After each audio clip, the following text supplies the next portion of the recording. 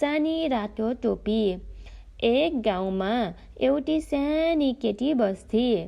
ऊ सधैँ रातो टोपी लगाउँथे, त्यसैले सबैले उसलाई सानी रातो टोपी भन्थे। एक दिन उसकी आमाले भनिन्, छोरी, यी खाना हजुरआमालाई पुर्याऊ, तर बाटोमा नहट्नु।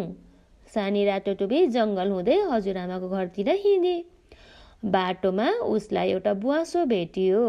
बुवासोले चलाखी गर्दै सोध्यो, तिमी कहाँ जाँदैछौ? निर्दोष केटीले भनी, म हजुरआमालाई भेट्न जाँदैछु।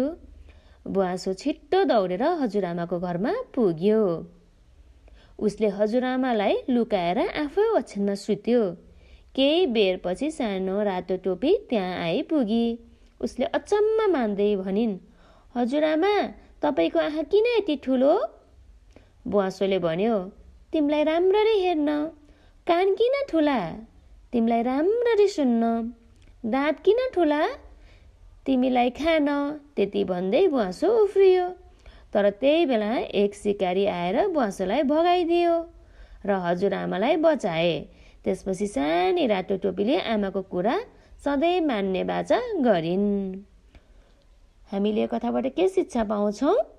ठुला मान्छेको कुरा मान्नुपर्छ र अपरिचितसँग धेरै कुरा गर्नु हुँदैन।